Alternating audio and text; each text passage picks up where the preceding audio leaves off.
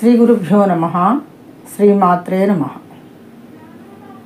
ఈరోజు మనం ఉగాది పండుగ గురించి తెలుసుకుందాం. ఉగాది అసలు ఉగాది అనేది యుగాది, యుగమునకు ఆది.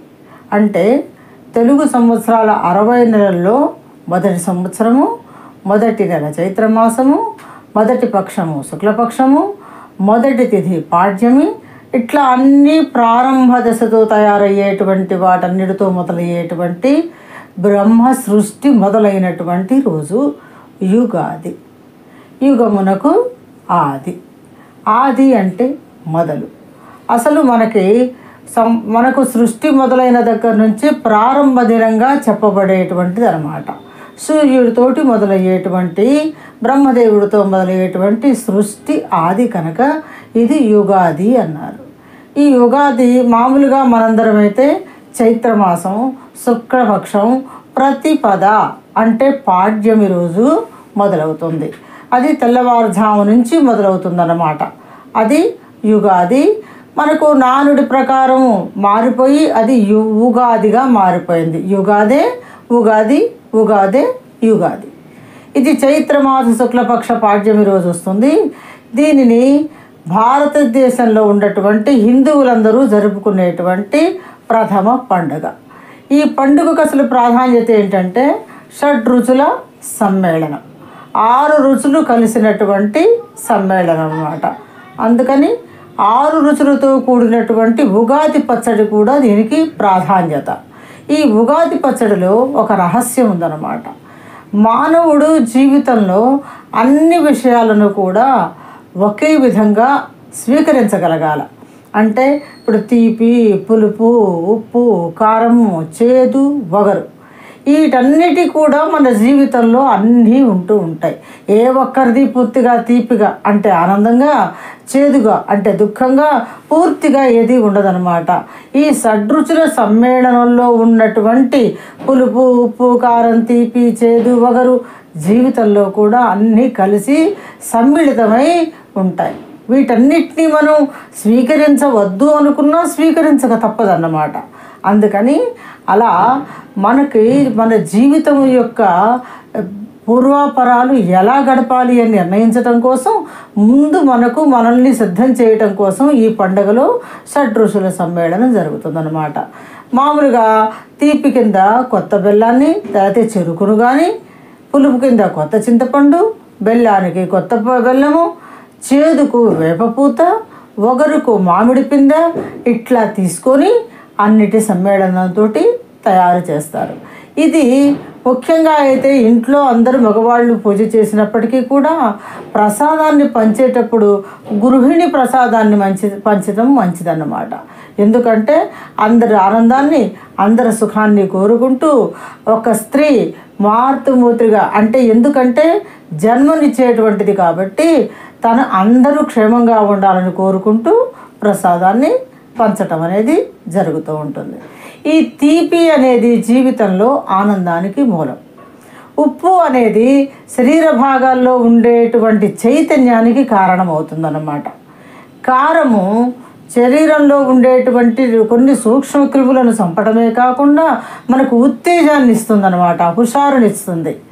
అలాగే పులుపు అనేది గుండెకు మంచిది, రక్త ప్రసారానికి మంచిది. చేదు అంటే వేపపూత, అది శరీరంలో ఉండేటువంటి రోగక్రిములను నాశనం చేస్తుందన్నమాట. వగరు అనేది శరీరంలో అన్నిటి కూడా అవయవాలన్నిటినీ ఒక పద్ధతిగా నడపటానికి దోహదం చేస్తుంది. ఇలా ఈ అన్ని రుచుల షడ్రుచుల సమ్మేళనమే ఈ ఉగాది పచ్చడి. ఈరోజు ఇంకోటి ముఖ్యం ఏంటంటే సాయంత్రం పూట పంచాంగ శ్రవణం ఉంటుంది. అంగము అంటే భాగము, పంచాంగము అంటే 5 భాగాలు. అంటే మనము పంచాంగంలో తిథి, వార, నక్షత్ర, యోగ, కరణములు ఈ 5 కూడా మనకు ప్రారంభమైన రోజులు మన స్థితిగతులను, మన పురోగమనాన్ని కానీ తిరోగమనాన్ని కానీ, మన కాలగమనం ఎలా గడుస్తుందనేది తెలియచేస్తుందన్నమాట. అందుకని ఈ పంచ అంగముల గురించి తెలియచేస్తూ పంచాంగ శ్రవణం జరుగుతుంది.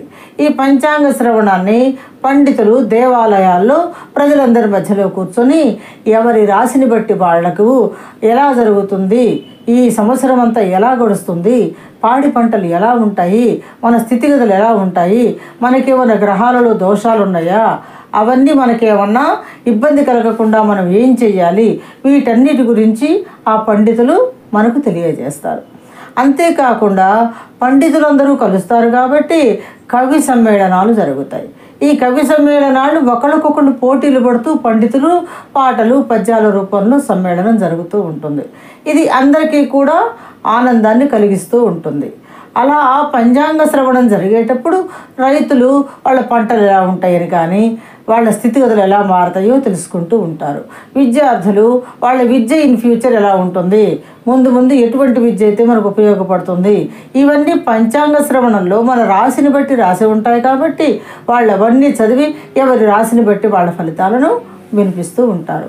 అలా పండితులు మనకు ఫలితాలను వినిపిస్తూ చెబుతూ ఉంటారు కాబట్టి మనం వాళ్ళ దగ్గర పంచాంగ శ్రవణం ద్వారా అన్నీ తెలుసుకొని మనకు చేతైనటువంటి దక్షిణ తాంబూలాలు బ్రాహ్మణులకు ఇవ్వటం అనేది జరుగుతూ ఉంటుంది.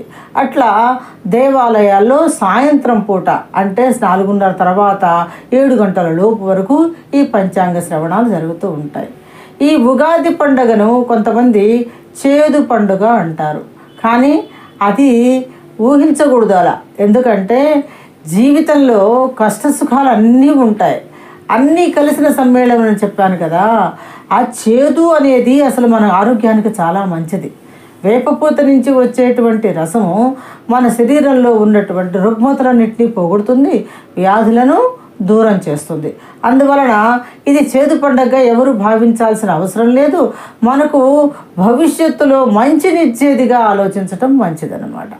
ఇలా ఈ ఉగాది పండుగ రోజు పొద్దున్నే తలారా స్నానం చేసి దేవాలయ దర్శనం చేసుకొని ఇంట్లో పూజ చేసుకొని షడ్రుచుల సమ్మేళనంతో ఉగాది పచ్చడి తయారు చేసుకొని అందరూ కలిసి ఆ పచ్చడిని స్వీకరించి ఒకళ్ళకొకళ్ళు పెద్దవాళ్ళు పిల్లలకు ఆశీర్వదిస్తూ ఆ బంధుమిత్రులందరితో కలిసి మంచి భోజనాలు చేస్తూ విందు వినోద కార్యక్రమాల్లో పాల్గొంటూ ఆనందాన్ని అనుభవిస్తూ ఉంటారు. ఈ పండగ ఈ ఉగాది పండుగ అనేది ఎట్లా అంటే చలికాలం పోయి ఎండ ప్రబలిసే సమయంలో వస్తుంది కాబట్టి కొంచెం రుగ్మతలకు అవకాశం ఎక్కువ. అందుకోసమే అసలు మనకు ఆయుర్వేద శాస్త్ర ప్రకారంగానే ఈ ఉగాది పచ్చడిలో వేపపూత కలపడం అనేది జరిగిందనమాట. వేపపూతలో ఒక రకమైనటువంటి ఆయుర్వేద సంబంధించిన వైద్య రహస్యం దాగి ఉంది కాబట్టి అది మనకు అందరికీ మేలు చేకూరుస్తుంటుంది. కాబట్టి అందరూ కూడా ఈ ఉగాది పండుగని ఈ షడ్రుచుల సమ్మేళనంతో జరుపుకొని ఆనందంగా ఉండాలని కోరుకుంటూ సెలవు తీసుకుంటున్నాను.